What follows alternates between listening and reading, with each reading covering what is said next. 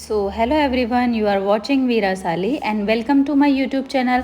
और आज हम आपको बहुत ही प्यारा सा आई शेडो दिखाने वाले हैं और अच्छे से समझाने वाले हैं। ऐसी कई सारी टिप्स एंड ट्रिक्स वाले वीडियोस देखने के लिए आप हमारे यूट्यूब चैनल को सब्सक्राइब कीजिए एंड नोटिफिकेशन बेल को ऑन करिए ताकि हमारे ऐसे ब्यूटीफुल से एंड नॉलेजेबल वीडियोज़ अपलोड होते ही आपको नोटिफिकेशन मिलती रहे। तो चलते हैं, हम इसके बारे में सीखते हैं। सो आज हम करने वाले हैं बहुत ही प्यारा सा आई शेडो। और ये आई शेडो जो है ये हल्का सा ब्राज़िलियन टच रहेगा। सो मैंने यूज़ किया है मैक का कंसीलर और मैंने ब्रश यूज़ किया है फ्लैट ब्रश।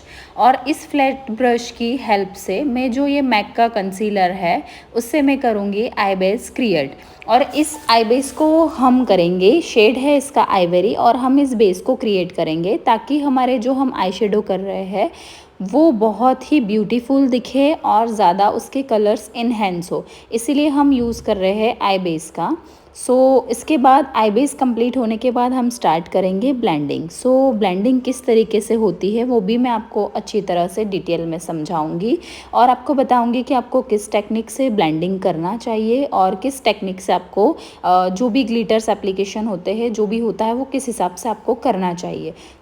हमने आई बेस एप्लीकेशन किया था, अब मैं उसको ब्लेंडर से ब्लेंड कर रही हूँ। ब्लेंड करने का रीज़न ये है ताकि हम आई ब्रश से अगर हम लगाते हैं कंसीलर तो जो हमारा कंसीलर है वो हल्का सा लाइंस क्रिएट होती है। तो ब्लेंडर से हम उसको ब्लेंड इसलिए कर रहे हैं ताकि हमारे आई बेस में बहुत ही अच्छे से फिनिशिंग आ जाए और हम जितने भी कलर्स यूज़ करेंगे वो भी इसी तरह फिनिशिंग में दिखे। इसीलिए हमको अगर आई बेस पर ब्लेंड करना है तो हमको मिनी ब्लेंडर का यूज़ करना चाहिए। इसके बाद हम यूज़ करेंगे बिटारा की आई शेडो पैलेट। और बिटारा की आई शेडो पैलेट से मैं यूज़ करूँगी डार्क पिंक कलर, हल्का सा न्यूड पिंक कलर और मैरून कलर। ये 3 कलर का यूज़ मैं करूँगी। सबसे पहले मैं लूँगी पिंक कलर, और पिंक कलर को मैं लूँगी ब्रश के अंदर। ब्रश मैंने लिया है ब्लेंडिंग ब्रश।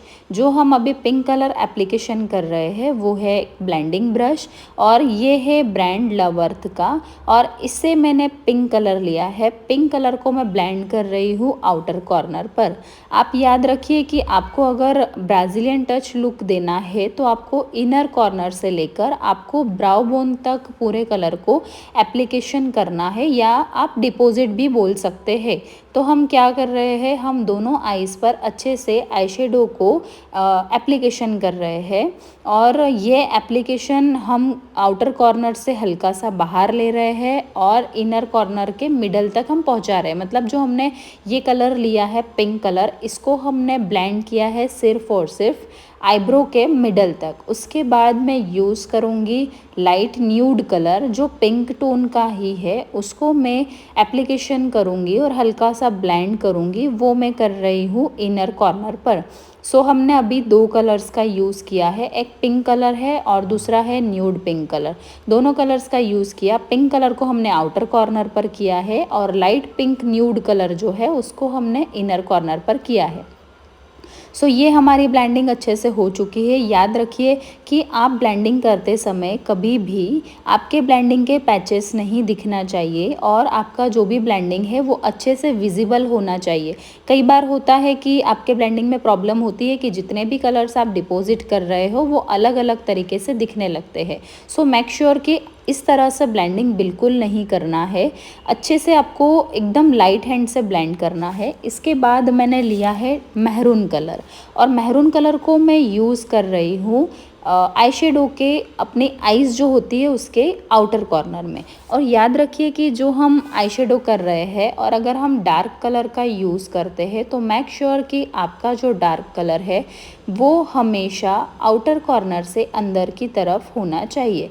अगर आउटर कॉर्नर से बाहर की तरफ जाता है तो हल्का सा गॉडी लुक देखने के लिए मिलता है। याद रखिए कि आप हमेशा डार्कर कलर को आपकी जो आउटर कॉर्नर है उससे अंदर की तरफ ही ब्लेंड करिए। ठीक है। उसके बाद हम यूज़ कर रहे हैं हल्का सा डार्क कलर जो था हमने उसको डिपॉजिट किया। उसके बाद हम यूज़ कर रहे हैं light brown colour. Okay. Light brown कौन सा यूज़ कर रहे हैं हम, जो हमने स्टार्टिंग में कलर लिया था पिंक कलर के बाद लाइट ब्राउन कलर, मतलब लाइट न्यूड पिंक कलर, उसी कलर को हम मैरून कलर के साथ मिक्स एंड मर्ज कर रहे हैं, ताकि जो हमारा मैरून कलर है उसकी और हमने जो पिंक कलर लिया था उसकी, ये दोनों की लाइंस नहीं दिखनी चाहिए।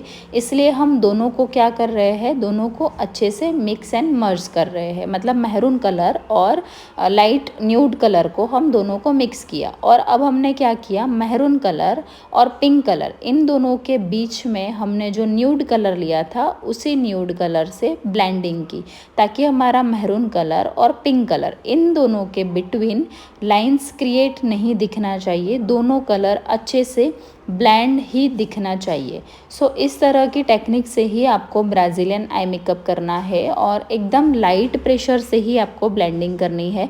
आपको बिल्कुल भी प्रेशर नहीं देना है। अगर आप बहुत ही लाइट हैंड से ब्लेंडिंग करोगे तो आपका जो कलर है, आपकी जो ब्लेंडिंग है वो बहुत फिनिशिंग में दिखेगी, और अगर आप ब्रश को एकदम प्रेशर देकर पकड़ते हो तो आपका जो कलर है वो बहुत ज़्यादा विजिबल होगा, और आपका जो मेकअप है आई मेकअप वो हल्का सा गॉडी दिख सकता है। इसके बाद मैं यूज़ कर रही हूँ वाइट कलर। वाइट कलर को मैं यूज़ कर रही हूँ इनर कॉर्नर में। इनर कॉर्नर में लाइट कलर का ही यूज़ होता है, इसीलिए मैं यूज़ करूँगी वाइट कलर का आई शेडो। और याद रखें कि जब भी आप कोई भी लाइट कलर का यूज़ करते हैं, जैसे कि मैंने अभी वाइट कलर यूज़ किया, इसी तरह के अगर आप पिंक कलर है या येलो कलर है या ऐसे कोई भी लाइट कलर है, तो ऐसे लाइट्स कलर यूज़ करने के लिए आपको स्पेशली एक ब्लेंडिंग ब्रश अलग से रखना है, ताकि आप अच्छे से अपना वर्क सामने वालों को दिखा सके। बिकॉज़ ये होता है कि अगर आप डार्क कलर जिससे आपने डिपॉजिट किया है उसी ब्रश से अगर आप लाइट कलर लगाओगे तो जो हमारे लाइट कलर की इंटेंसिटी है वो चेंज हो जाएगी। सो मेक श्योर कि आपको लाइट, अगर आप कलर्स यूज़ कर रहे हो तो आपको अलग ब्रश का यूज़ करना है, और अगर आप डार्क शेड्स यूज़ कर रहे हो तो आपको अलग शेड का यूज़ करना है। यहाँ तक मैंने बहुत अच्छे से डिटेल में आप लोगों को समझाया है। इसके बाद हम आगे भी इसी तरह से आपको समझाएंगे, बिल्कुल टेंशन मत लीजिए। इसकी आगे की ट्रिक्स और टिप्स भी मैं बहुत ही अच्छे से आपको क्लियर करूँगी। ओके, इसके बाद हम लेंगे एक हल्का सा पिगमेंट। ओके, अब पिगमेंट यही बिटारा की पैलेट में एक पिगमेंट है जिसको मैंने लिया है, और पिगमेंट को मैं कर रही हूँ अच्छे से डिपॉजिट। अब डिपॉजिट करने के लिए क्या करना होगा, हमने लिया है एक ब्रश, और उस ब्रश के अंदर हमने लिया है पिगमेंट। बट ब्रश हमने कैसा यूज़ किया है, ब्रश हमने रियल हेयर का यूज़ किया है और फ्लैट ब्रश यूज़ किया है। और फ्लैट ब्रश की हेल्प से हम जो हमारा इनर कॉर्नर है वहाँ पर पिगमेंट लगा रहे हैं। पिगमेंट में कौन से कलर का लगा रही हूँ, हल्का सा सिल्वरिश कलर का लगा रही हूँ।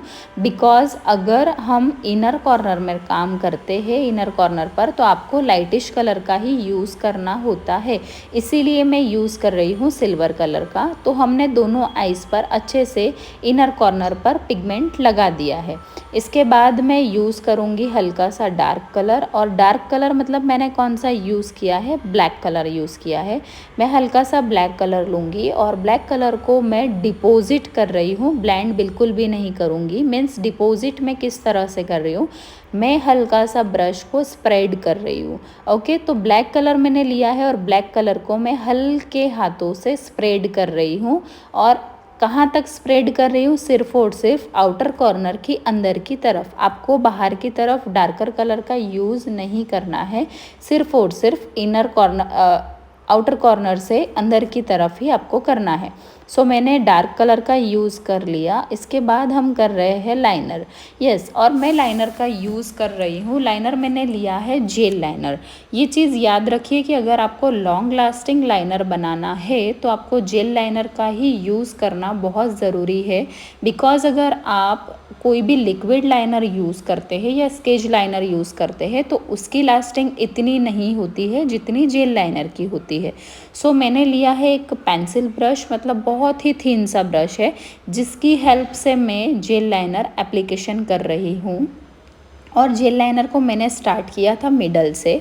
सो ये भी चीज़ आपको अच्छे से ध्यान में रखना है कि आपको लाइनर लगाते समय स्टार्टिंग मिडल से करना है, और उसके बाद आपको जो स्टार्टिंग है हमारा जो इनर कॉर्नर है वहाँ पर हमेशा थिन लेयर रखना है, मतलब थिन लाइनर लगाना है, और आउटर कॉर्नर में आपको ब्रॉड लगाना है। ये चीज़ भी आपको हमेशा याद रहनी चाहिए। अगर आप इस तरह की टेक्निक से और ट्रिक से काम करते हैं तो आपका जो आई मेकअप है, आपका जो लाइनर है, वो बहुत ही प्यारा लगता है। इसके बाद मैं आपको बता दूं कि दोनों आईज़ पर मैं डिफरेंट लाइनर करने वाली हूँ। इसका रीज़न क्या है कि आप मुझे बताओगे? इसका रीज़न ये है कि हम दोनों आईज़ पर अलग अलग तरीके के आई लाइनर सीखेंगे। सो मैंने जो राइट साइड पर लाइनर किया है वो विंग लाइनर किया है, और जो हम लेफ़्ट साइड पे कर रहे हैं उसको थोड़ा डिफरेंट बनाएंगे। सो डिफरेंट किस तरीके से बनाएंगे वो भी मैं आपको आगे आगे बताती जाती हूँ। सो मैंने थिन लाइनर लगाया है फ्रंट में, मतलब इनर कॉर्नर में मैंने एकदम थिन लाइनर लगाया है, और जो बैक साइड है हमारा मीन्स के आउटर कॉर्नर, उसको मैं हल्का सा ब्रॉड लगाऊंगी। और ये लगाने के बाद हम हल्का सा निकालेंगे इसमें लाइन। सो किस तरीके से लाइन निकालूंगी मैं, वो भी मैं आपको अच्छे से बताती हूँ कि मैं किस तरीके से लाइन निकालने वाली हूँ। आपको हमेशा विंग्स निकालते टाइम ये चीज़ भी याद रखनी है कि आपको हमेशा आईज़ को आउटर कॉर्नर से स्प्रेड करना ज़रूरी है। अगर आपके क्लाइंट के या आपके मॉडल की आईज़ पर रिंकल्स है तो याद रखिए कि आपको पीछे से, मतलब आउटर कॉर्नर से आपको करना है स्प्रेड आईज़ को, ताकि आपका जो लाइनर है वो प्रॉपर फिनिशिंग में दिख सके। बट हम इस आईज़ पर क्या कर रहे हैं, इस आईज़ पर हम कर रहे हैं ज्योमेट्रिकल लाइनर। इसका नेम है ज्योमेट्रिकल लाइनर। अब हमने क्या किया, इसको किया हमने ब्राउ बोन का जो पॉइंट होता है उस पॉइंट पर ही आपको मेज़र करना है। उससे आगे भी नहीं जाना चाहिए, उससे पीछे भी नहीं जाना चाहिए। मतलब जो हमारा ब्राउ बोन का पॉइंट है उसी पॉइंट पर आपको करना है लाइनर को अप। मीन्स अप हमने कैसा किया है, हमने जो लाइनर की लाइन थी उसको हल्का सा ऊपर की तरफ लेकर गए और ऊपर से हमने डाउन किया। मतलब आप देख सकते हैं कि हल्का सा पहाड़ की जैसा दिख रहा है, बट ये पहाड़ के जैसा नहीं है, ये एक टेक्निक है। ठीक है गाइस, सो हमने क्या किया है, अच्छे से इसको ब्लेंड किया है। मतलब जो हमारा अंदर का भाग जो बचा हुआ था हमने उसको ही जेल लाइनर से अच्छे से फिलअप किया है। सो ये है हमारी जेल लाइनर, और हमने जो इसकी टिप्स और ट्रिक्स आपको बताई है इसका नेम है ज्योमेट्रिकल लाइनर। इसको अब हम दे रहे हैं अच्छे से फिनिशिंग। आपको भी याद रखना है कि आपके लाइंस में आपकी जो लाइनर है उसमें बिल्कुल भी लाइंस नहीं दिखना चाहिए, प्रॉपर फिनिशिंग में दिखना चाहिए। सो अच्छे से देखिए कि हम किस तरीके से इस लाइनर को क्रिएट कर रहे हैं।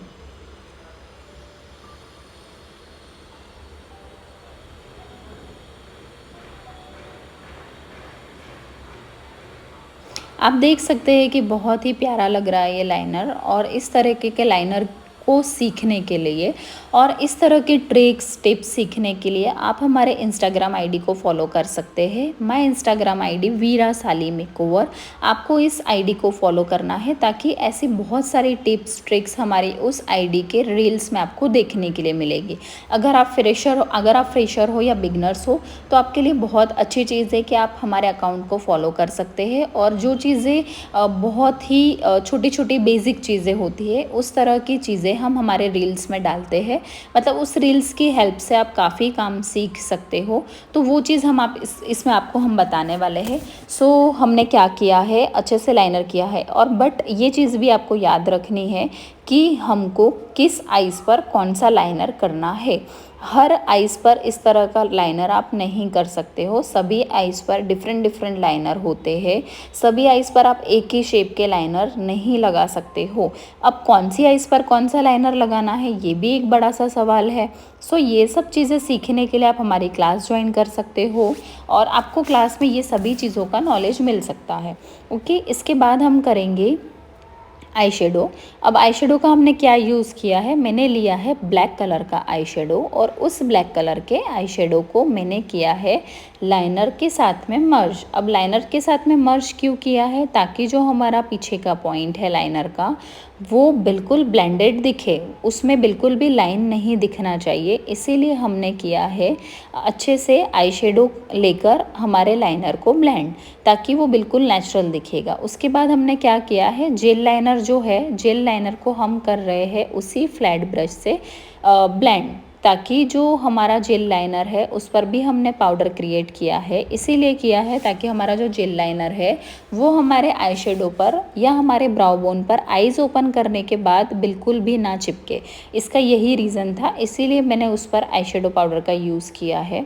और अब मैंने क्या किया है, एक ब्लेंडिंग ब्रश लिया था और उस ब्लेंडिंग ब्रश में भी क्या था, उस ब्लेंडिंग ब्रश में आई शेडो पाउडर ही था, जिसकी हेल्प से मैं हमारे लाइनर को लॉक कर रही हूँ।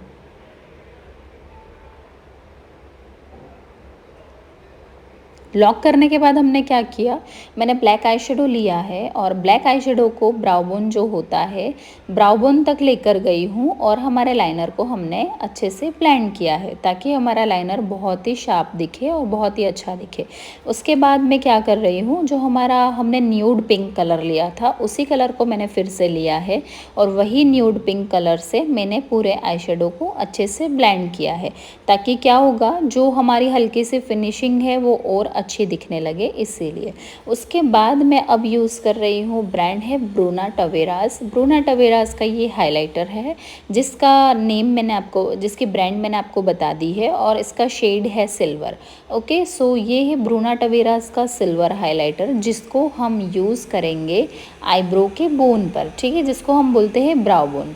ओके, सो ब्राउ बोन पर हम यूज़ करेंगे सिल्वर हाइलाइटर ताकि जो हमारा ब्राउ बोन है वो बहुत ही अच्छे से हाईलाइट होकर दिखे। सो उसके लिए मैंने यूज़ किया था एक सिंपल सा स्प्रे इसलिए यूज़ किया था ताकि हमारा जो सिल्वर हाइलाइटर है वो अच्छे से इन्हेंस होकर दिखे।